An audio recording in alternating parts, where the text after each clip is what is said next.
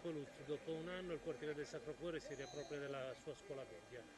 Sì, abbiamo rispettato i tempi che ci eravamo dati con uno sforzo enorme da parte dell'amministrazione comunale, da parte dei tecnici, quindi direzione dei lavori e anche chiaramente tutto il personale del comune di Oristano, da parte della giunta, in particolare dall'assessore Sanna. Siamo riusciti a mantenere l'impegno che avevamo dato a tappe forzate dopo le vacanze di Natale in un periodo drammatico di pandemia. La scuola, grazie a Deleda, viene restituita al quartiere. È un impegno che avevamo preso e abbiamo mantenuto.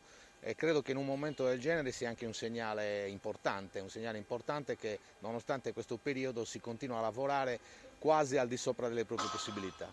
Vogliamo ricordare quanto è costato l'intervento e come si è svolta tutta la procedura dal momento della chiusura della scuola, della vecchia scuola di via Santo Lussurgio. Ma intanto, come è stata chiusa la scuola di via Sant'Lussudio, si è cercato di trovare un rimedio, chiaramente con incontri e con accordi con la provincia si è riuscito ad avere in uso questo fabbricato che è della provincia, incomodato d'uso. Dopo questo si è convertito un finanziamento praticamente ministeriale che era destinato alla Grazia Deledda, cioè nella vecchia struttura, a questa diciamo nuova dei Frassinetti, ricordando anche che abbiamo un finanziamento importante sull'amianto relativo alla rimozione dell'amianto nella scuola vecchia della Grazia Deledda e anche stiamo convertendo un ulteriore finanziamento di scuola per poter completare anche questo intervento nelle altre parti.